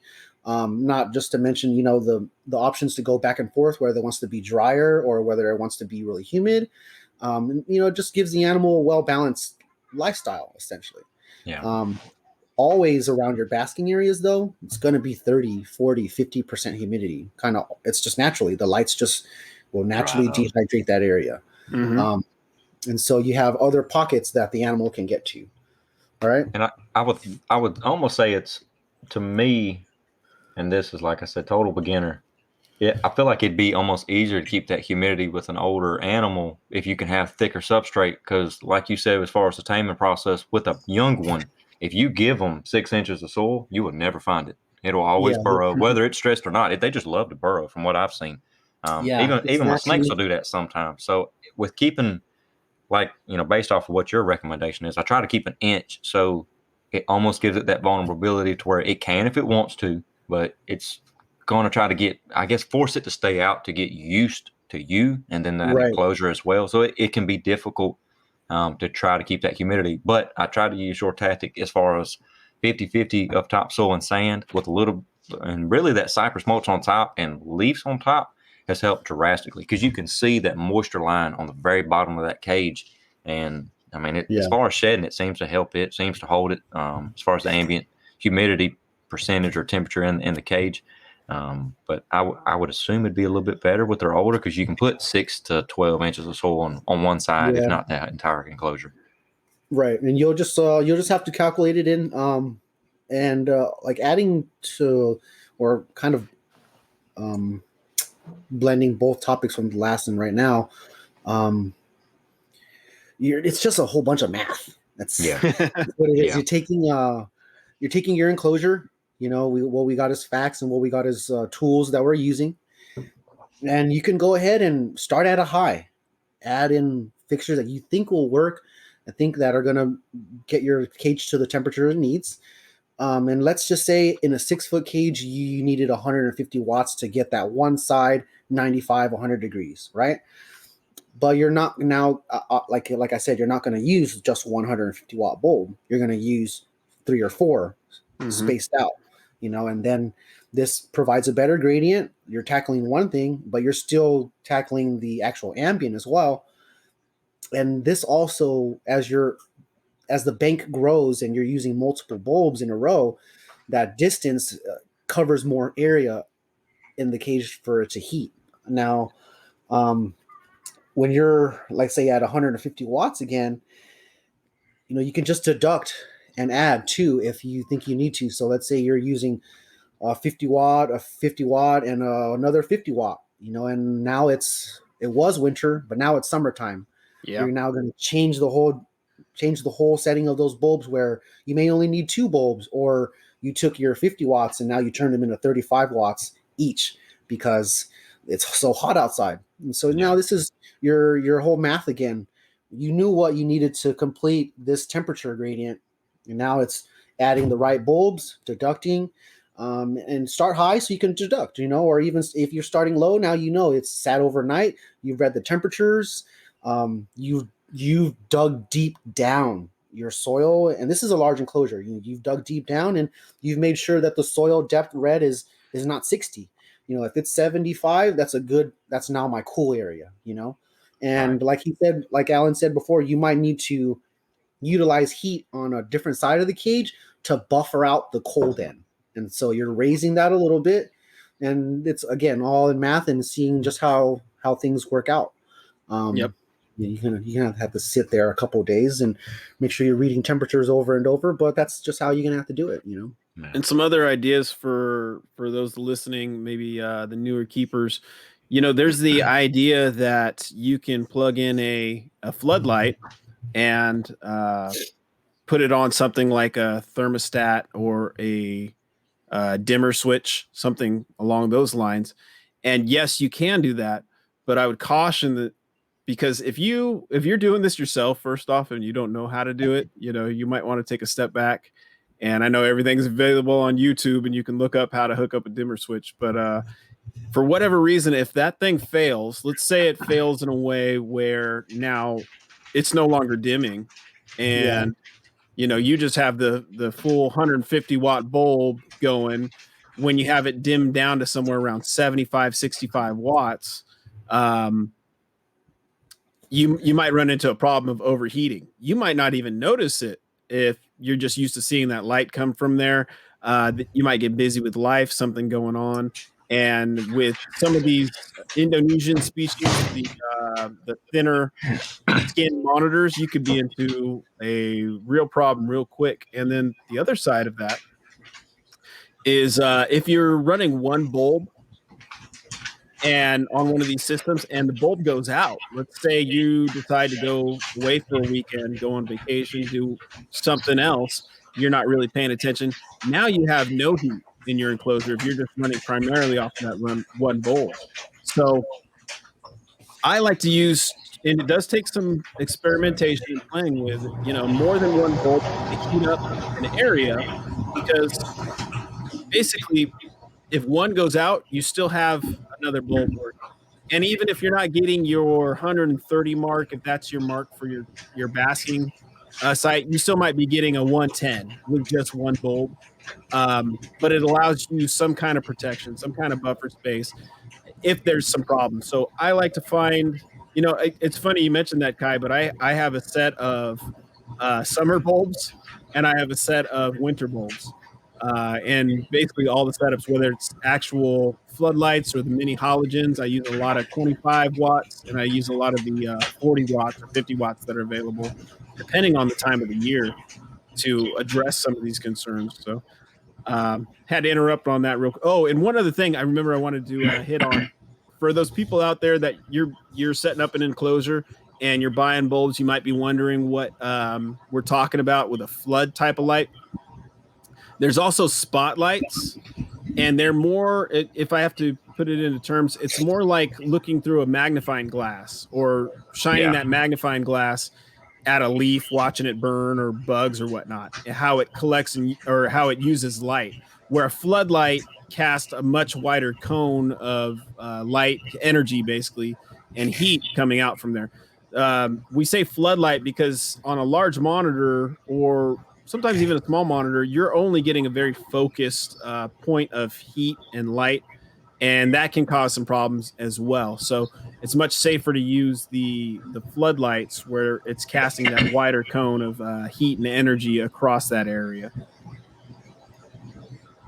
Had to touch on that. So now I'm gonna go ahead and I'll close with this last question because Alan might know this. I don't know about Kai, but I know Alan said he has kids. I have a pregnant wife, and it's dinner time, so yeah. this will be more pissed off than a mangrove monitor here in a little bit.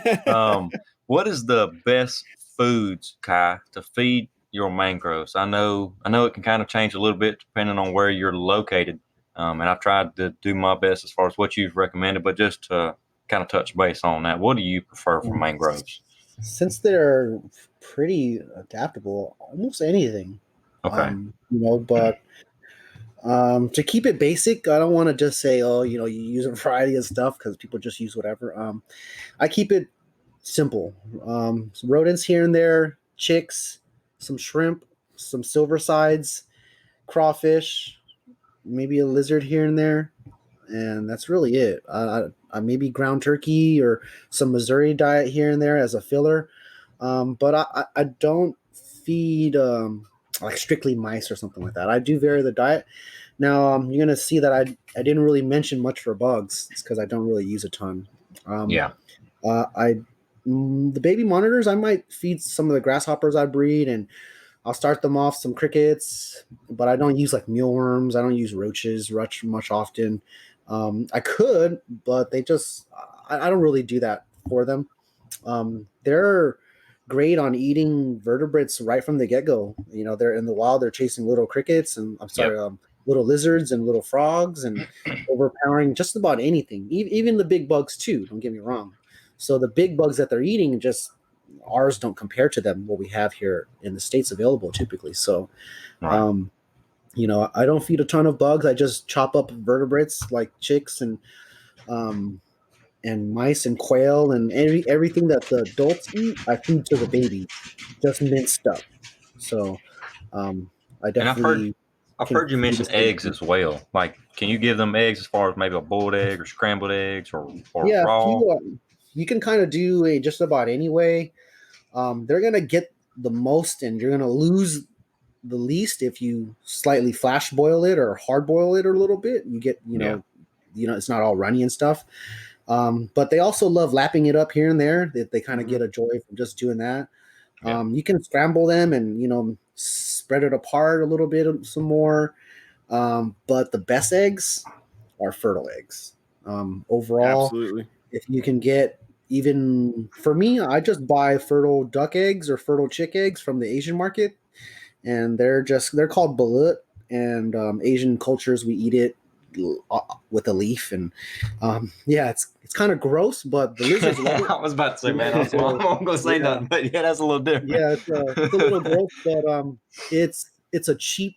So okay, for what it is, it probably only Yeah. costs 25 to 75 cents per egg at the supermarket. So you can probably buy a bunch, and it's got everything in it. It has the bird, and nothing's flavored, nothing's soy sauced or salted or anything like that. It's just the bird flash frozen or just kept cold from developing anymore, and just like that. And you could just pop those in your cage. It comes with the yolk, comes with all the juices and the bird, and there's less feathers on it because it's barely into developing stage. And so I use those reptile eggs if you got duds or eggs that you just want to cull off because you don't want to feed or stuff like that, or people just they got like someone's beard, he just laid a bunch of duds, and you take them, man, and use them, something like that. Now I've got Missouri. I think is it LS Missouri LS for the tortoise. So I'm familiar with that food. I had no idea you could give that to them though. If I could get something for them, that'd be awesome. Yeah, use the crop diet. Okay. Yeah, the tortoise diet isn't the same. Right. Yeah. So you get the croc diet for that. No, I use that as a filler. I don't use it. That's the same I do with him. Yeah. So you can strengthen anything with it. Like I know a guy that opens the mouth of a mouse and he shoves a couple pellets down the throat of the mouse, or almost like a gut feed type deal. Yeah. And it just basically amps the mouse up a little bit more. But stuff that is like just muscle meat or just meat, right? Ground turkey or ground beef or whatever you use, or just things like that where there is no bone content really in there and it's just meat and fat. You definitely can strengthen that by just adding the Missouri to that. Same thing with eggs, because eggs is just cholesterol. It's kind of fatty too. It is great for some stuff, but not as far as like a base diet. But let's say if you were to use that and you needed the egg that you were using to be even stronger or essentially more nutritional value within the egg, then you can grind up some Missouri diet and mix it with the egg. And so that strengthens the egg a little bit. And for me and everybody else, just not knowing too much, when you say like ground turkey and ground beef, are you saying raw, or does that need to be cooked for them? Raw. I use it raw. It's okay. It's got a, again, it's just a filler, but it helps out when I'm in a quick rush and I just I'll grab a little block and let it defrost and put some calcium dust on it, some Missouri, and then there you go. But I only use that like maybe once a month or something. Yeah, gotcha. Yeah. All right, man. Well, that pretty much covers all the questions that I have for it. And like I said, that they'll still present themselves as I go. Just about every day I learn something different, or that's the way we want. That's definitely what we want, is just as much as you gather in and even the success that you have, sit down and just take it all in. And there's going to be much more that you're going to have to grasp as another stage comes. And we want everybody to kind of be open-minded and I don't know, maybe relate to the lizard as you get to these steps and you want to improve. But for me, it's not anything else other than helping the animal adjust, Yeah. And from everything that we've talked about here, it is quite a bit of adjusting when you have a wild caught lizard or something that you just bought and it's a baby, the adjusting period. Right. Well, Kai, Al, I appreciate y'all letting me be a part of this and being able to learn a little bit more. And like I said, I'm all ears. I enjoying doing this because it's definitely a fun hobby to be in. And you can definitely, I feel like, take a lot from this. And like I said, you learn every day. Yeah. Go ahead and send me a notice on social media or something. I want to stay tuned and see how the progress goes for you. Oh, definitely. Most definitely, man. Yeah, man. I really appreciate you coming on short notice again. Hopefully this gets to reach some of the beginners out there. I know most of the people that are listening to me are breeders or keepers for a long time, but there are a few that are just beginners, just getting into things, and hopefully this can help you out. Yes, sir. Like I said, I greatly appreciate it, man. All right, man. Have a good one. Good luck. You all right. too. Talk to you soon. Yes, sir. Bye. All right, man. That was awesome. Yeah, that was good stuff. Man, we could do a lot talking about placement, just some of the experiments we've had to come up with keeping the animals we do. My mind, I didn't want to overwhelm just on one topic, but placement of heaters, substrate, and all that. And I guess for the listeners out there, some of the things you have to think about is a lot of times when you're getting excited, you think bigger is better, and it's great. being able to provide animals all that space to set up some really cool design, really cool furniture in there. Of course, that's awesome. It's fun to look at for you as the keeper. It's fun to see how the animal uses it. But it's very important that you also make sure you ask some questions, that you're, I guess, tinkering around beforehand before you ever get the animal is up to par, that you got things set up correctly, because the worst thing you can do is give an animal all these things you think are great and have it be totally useless to the animal. It could be detrimental in some aspects. If you want to make a more arboreal type of setup and you got 4 feet of space between the substrate and the ceiling, you might have to get a couple different heating elements in that cage. One up at the top. We always like to see. We often we build our basking spots around where we want to see the animal, and I know you probably experienced that too to some degree, Kai. Is sometimes that doesn't work. Yeah, actually, Sometimes. what I'll do is where that basking area is, I Mhm. just put a square over that little section. The rest of the glass is all clear, right? Yeah. But the square it just covers where the lizard would be.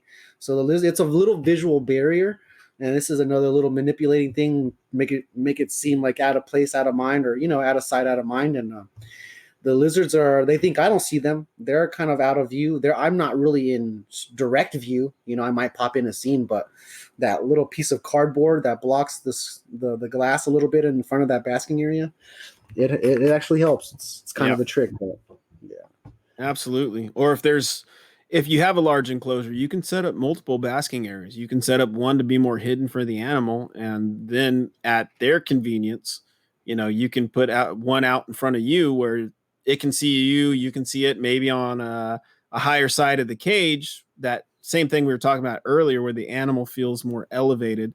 They might be more inclined to use it, and just to have that experience of seeing your animal out and about. Or you're keeping groups of animals. Sometimes it's good to have multiple areas for these animals to bask, just in case you might get say you have a pair and you have a animal that gets a little moody during the reproductive cycle. You might want to have another area for the other animal to go to. So just man, we could cover a lot just on setups, but Yeah, yeah. I guess for another time we won't try to kill it all in one show. Um, but yeah, that was good. I think we should do a lot of that. Yeah, Having we'll get into a little routine, maybe after every couple episodes, or even when it just needs be. We seem like there's a variety of questions, or the same question kind of being regularly answered that we don't always happen to cover, right. or we only cover briefly. If there are any topics that you guys happen to want to talk about, feel free to message us, and if there are questions you might not want to hop on like Cody did, and you just want us to answer it, we can definitely do that for you as well. We might just have a thing where people send in questions and we can just answer them right off the bat. Yep. But yeah, hopefully this helps some of you guys out. All right, man. Let's see. What do we got coming up? Let's I think As far episode. as far as me, I've got things cracking off as far as eggs being laid and animals breeding, or animals going in a cycle now, because Yeah. it's the end of my cooling period and the start of my warming and heavily feeding and trying to get animals to go into that mood. So that's what I'm bracing myself for. Got a lot of food lined up. For the last 2.5, roughly 3 months, I barely fed anybody a lot. So Yeah. everything was maintenance feeding. And what I'm doing is something different than what I've been doing the last couple years with my animals, only because I live in a totally different area now. I had to really gauge the temperatures here before, and I think you guys might have heard me mention it just gets way too hot here. And for many months of the year, I would say from May all the way until November, it's basically 100 degrees pretty often, sometimes even like 115, 120 for a week or two. And so my animals just were being so hot, and I had to really take them down this last winter. I stopped fighting with the weather so much. And just let things cool down. I also cut back on feeding quite a bit, and now my animals had a reset, and now they're back. So, yeah, man, I'm just kind of digging eggs weekly here and trying not to kill stuff. Yeah.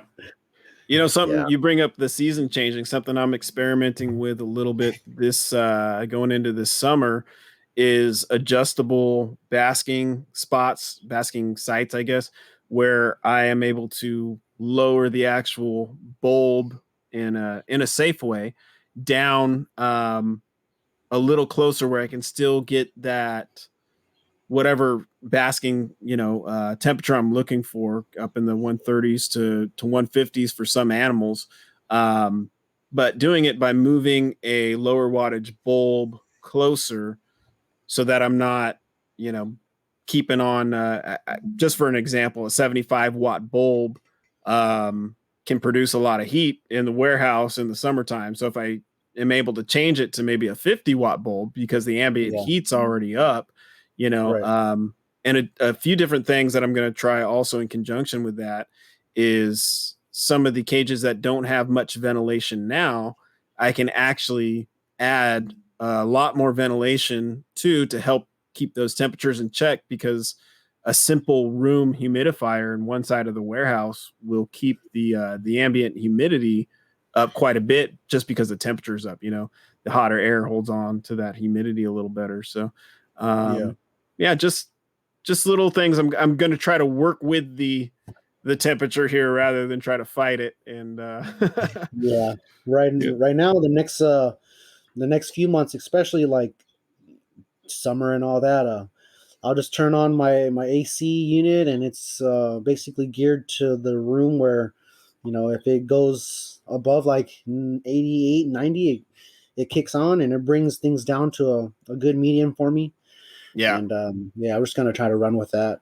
That's been my game changer, heating and cooling the room, rather than working with all the little bulbs and stuff like that. So the bulbs get to do their normal job, and I don't manipulate them and do anything else. The lights are on the full range of 12, 14, 16 hours. And yeah, just it's a lot better. Before, I was just playing around too much, or just being inconsistent. Yeah. Oh yeah. And the other funny thing is I like working in there in the warehouse a lot more during the winter months. The summer it gets hot. Yeah. I'm already having to open the window in the morning. Yeah. I'm looking for them little track shorts and a tank top or something. Yeah, man, I just do it naked. There you go. There you go, Yeah, listeners. just do As it. As soon as Kai gets his camera up, we can tune in, and you can I go gotta over put some of your- clothes on. In the morning, man, it's just me, boxer shorts. You're lucky if I have a shirt on, and I'm just working, all freedom and everything. And it's one of the best things ever, man. It's just you and your zone, naked. I can imagine. So, I got to get dressed a little bit to go over to the warehouse. But if I could, I'd probably, some slippers, some boxer shorts, cup of coffee, and start my day. Right, man. That's where it's at. All right.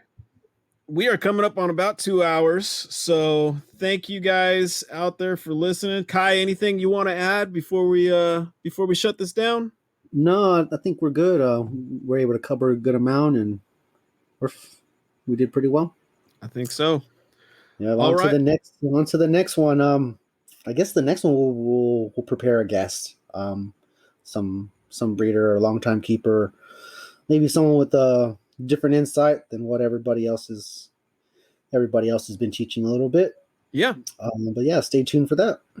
I like it. All right, everybody. Again, we are the Monitor Keeping Podcast. This is the end of episode 3. So thank you. You're sticking with us so far.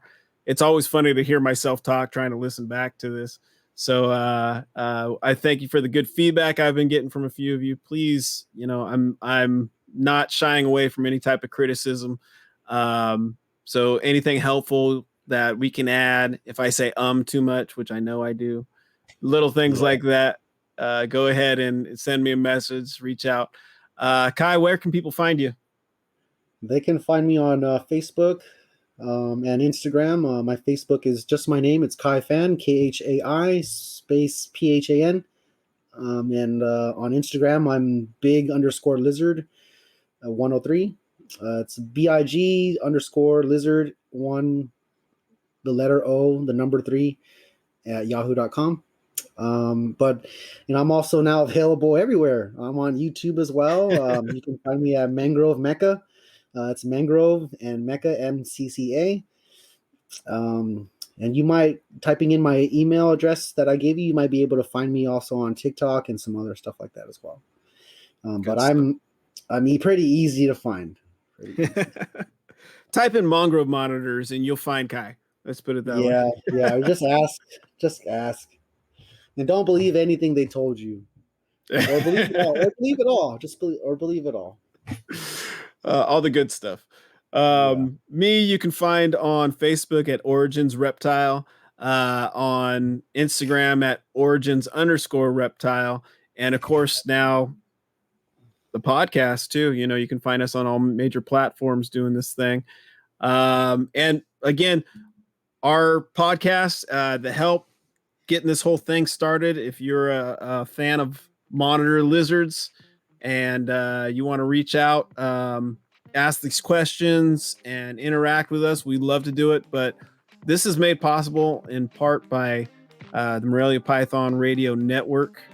Eric over there really lending out a hand to us, helping us along, getting things figured out, just some general knowledge, answering questions we didn't even know we had. So a big thank you to him for doing this. The support from a few of the others out there under the network that are doing their own thing. I encourage you to go onto the website, Morelia Python Radio Network.net.